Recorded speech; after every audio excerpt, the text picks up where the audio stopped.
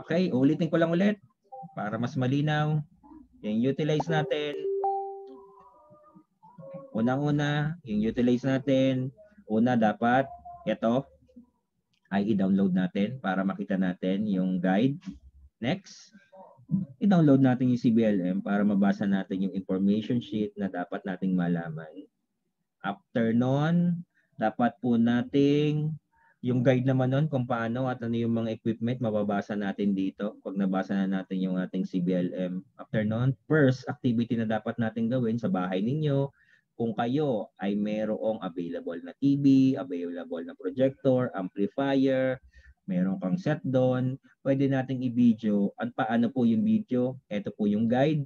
Dapat po kayo nagsasalita kung paano yung approach dito sa video ay ating susundin. Okay?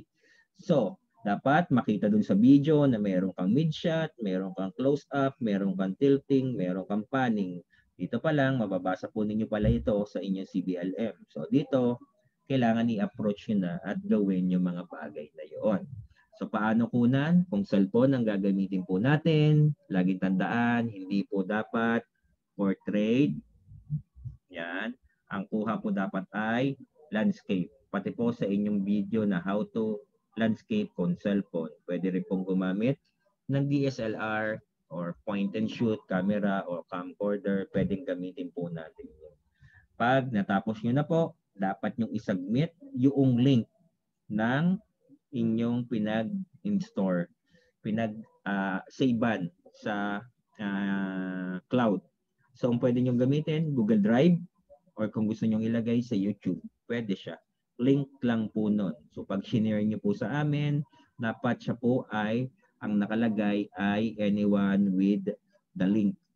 Yun po ang ipipiliin nyo dun sa sharing option, anyone with the link, para ma-access po namin at hindi pa kami manghingi ng inyong para hindi pa tumagal. Next po, pag okay na to, next nyo pong gagawin, gumawa ng PowerPoint presentation.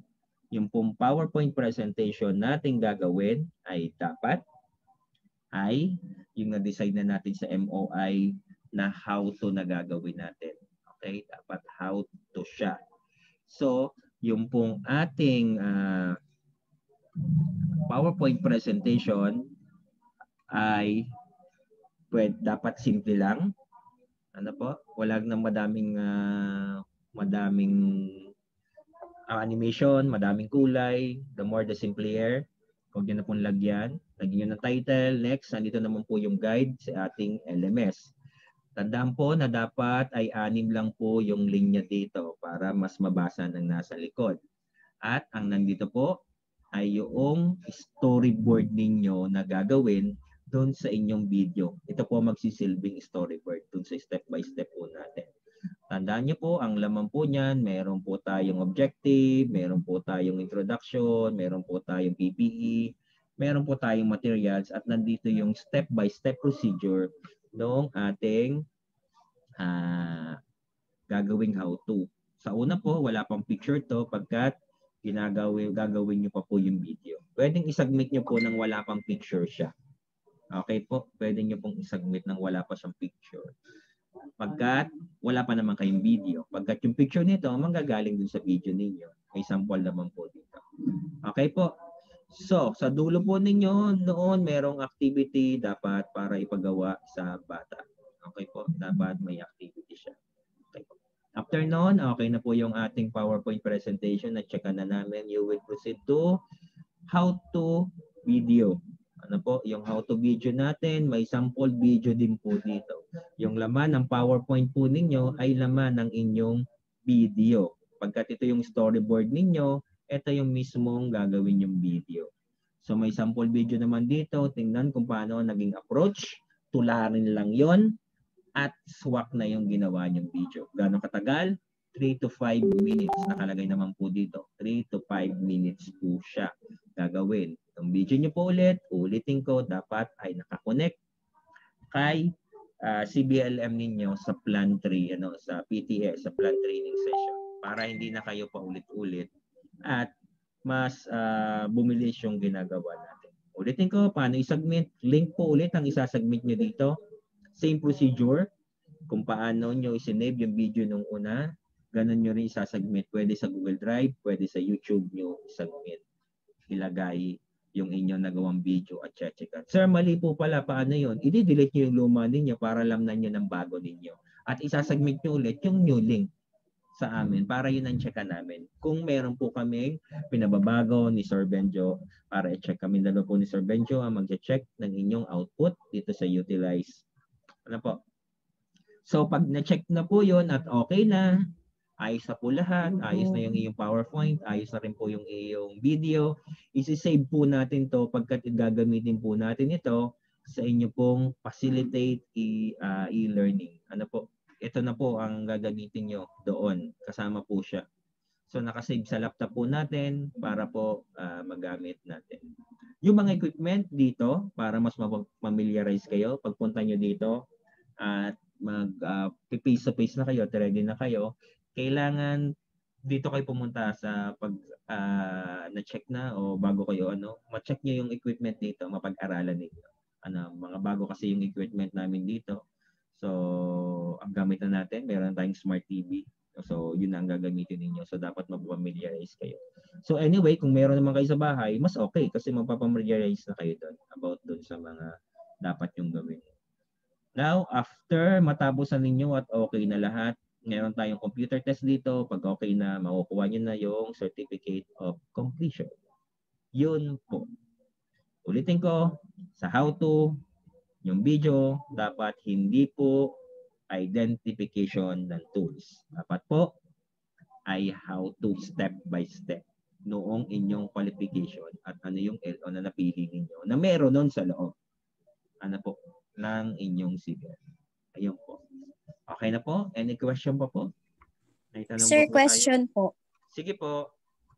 Ano po, kasi po yung sa process concoction, di ba po, every after a week pa. So, paano po yun? Parang matatagalan.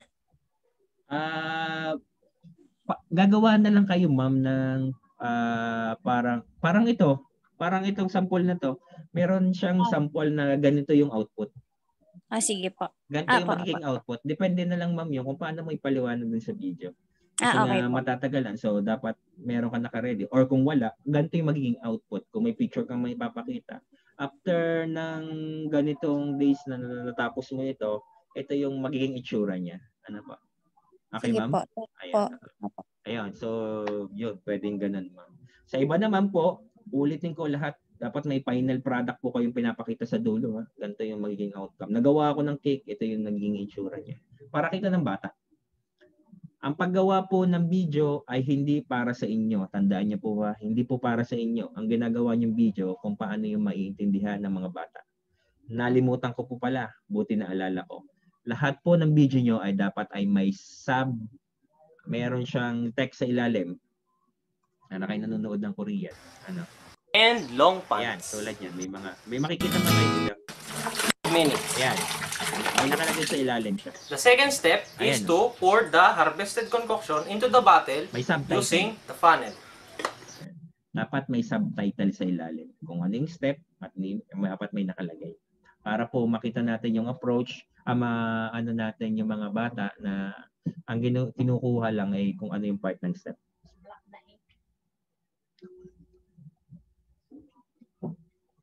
Ayun. So, dapat ay nakaganon. May text sa ilalim para kita. Buti na alala ko. Lahat dapat meron. Any question? Tanong po? Sa cellphone, pwede maglagay na. Pwede mag-edit kayo sa cellphone. Diba? Yung iba naman nakapag-edit na sa cellphone. Ano ba yung mga apps? Filmora. Yan. Pwede yan gamitin.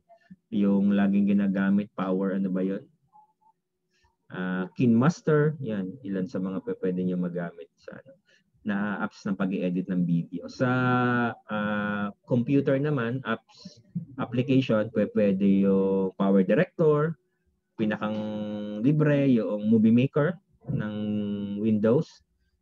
Kung marunong kayo ng Premiere, go. Kung may Premiere kayo, okay din siya. Wondershare, pwede rin. Ano pa ba? Madami sa pwede kayong magamit sa pag sa laptop yung editing. Paano yung mga guide paano gumawa, marami po sa YouTube na kayong makikita kung paano. Hindi ko maintindihan, pwede po kayo magtanong sa akin at pwede ko po kayong i-guide kung ano yung mga pwede nating gawin. Any question po? Wala na po? Okay na po ba sa lahat? I-form na po tayo mag-end. Okay na po kaya?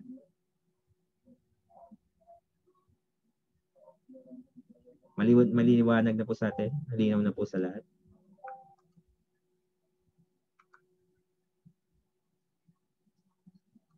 Okay na? Wala naman na? Wala na magsasalita?